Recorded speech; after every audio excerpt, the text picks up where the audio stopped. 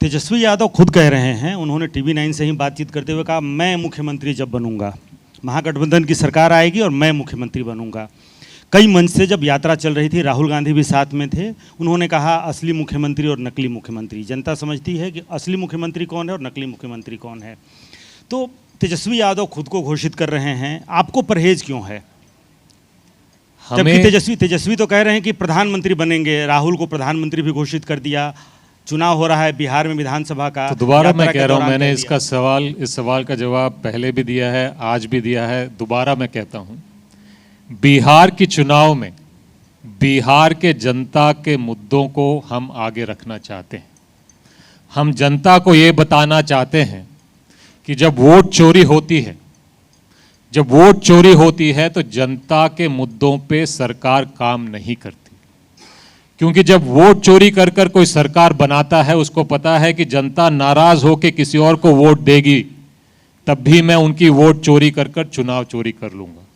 इसीलिए वोट चोरी जब होती है और सरकार बनती है तो वो सरकार बेरोजगारी कम नहीं करती है, वो महंगाई कम नहीं करती है, वो क्राइम कम नहीं करती है, वो पेपर लीक कम नहीं करती है, वो किसान का दुख दर्द कम नहीं करती है, वो महिलाओं का सुरक्षा बढ़ाती नहीं है। तो हम जनता को ये समझाना चाहते हैं कि इंडिया गठबंधन मेरिट स्टूडेंट है। हम उनके काम कर कर, उनके लिए काम के वादे और योजना पे हम उनका विश्वास जीतना चाहते हैं। हम वोट चोरी कर कर नहीं जीतना चाहते हैं। ये बात जनता समझने लग गई है और जनता ये बात समझ रही है कि जब वोट चोरी होता है तो हर एक समस्या, हर एक दुख दर्द का समाधान नहीं होता।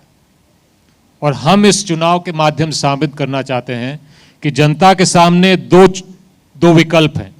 एक विकल्प इंडिया महागठबंधन है, जो मेरिट स्टूडेंट है, जो अपने मेहनत, अपने काम के आधार पर वोट ले रहा है।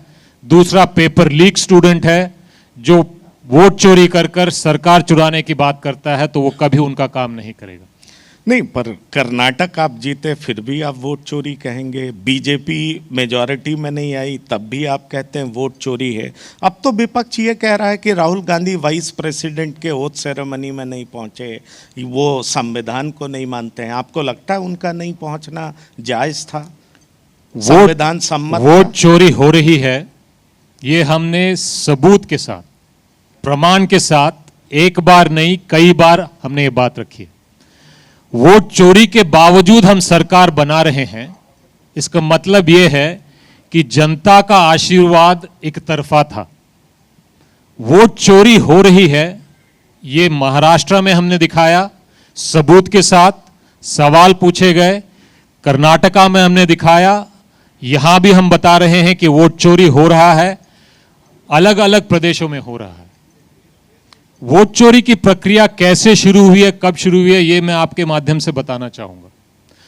प्रधानमंत्री नरेंद्र मोदी और अमित शाह ने वोट चोरी का प्रक्रिया चुनाव आयोग और चुनाव आयोग के कमिश्नरों का चयन के प्रक्रिया से शुरू किया। क्योंकि अगर आप मैच फिक्सिंग करना चाहते हैं, तो सबसे आसान तरीका है कि तो पहले आप अंपायर को सेट करो। तो मोदी जी ने क्या किया, चुनाव आयोग के कमिश्नर के चयन के प्रक्रिया को सेट किया।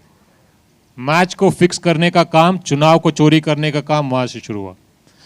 पहले चुनाव आयोग के चीफ इलेक्शन कमिश्नर और इलेक्शन कमिश्नर के चयन प्रधानमंत्री, चीफ जस्टिस ऑफ इंडिया और विपक्ष के दल के नेता चुनते थे। आपने चीफ जस्टिस को निकाला, बाहर किया प्रक्रिया से, अमित शाह को बिठाया। तो दो लोग जो बोलते हैं फैसला वही होता है। और उस प्रक्रिया के माध्यम से आपने अंपायर को फिक्स करने का काम किया है और उसका नतीजा हम सब के सामने सबूत के साथ हम बता रहे हैं। तो पहले अंपायर को सेट किया, फिर नियम कानून में यह बदलाव लेके आए कि अंपायर मैच फिक्सिंग करते हुए पकड़ा भी जाता है, गलती करते हुए पकड़ा भी जाता है, तो उस पर कार्रवाई नहीं हो सकती। ये कहाँ का नियम कानून है? नहीं वो नहीं, एक मिनट जी, पहले खत्म जी, करने दीजिए, जी।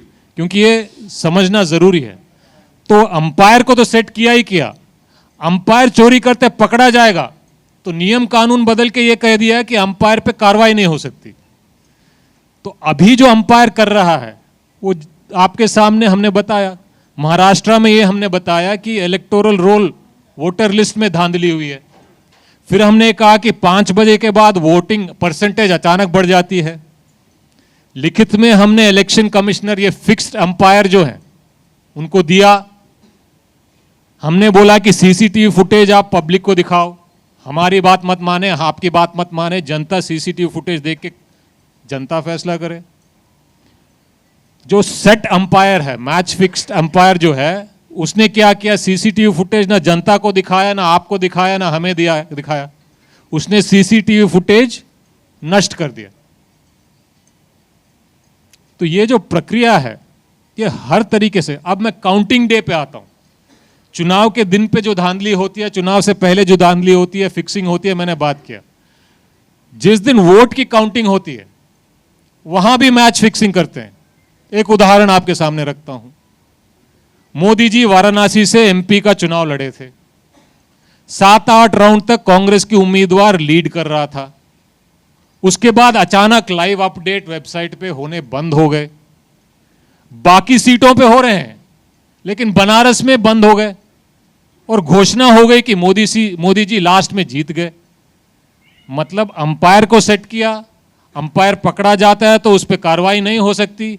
वोटर लिस्ट को कैप्चर किया, चुनाव के दिन आप धांधली करते हो, काउंटिंग के दिन आप ठीक धांधली है, करते हो। फेयर है।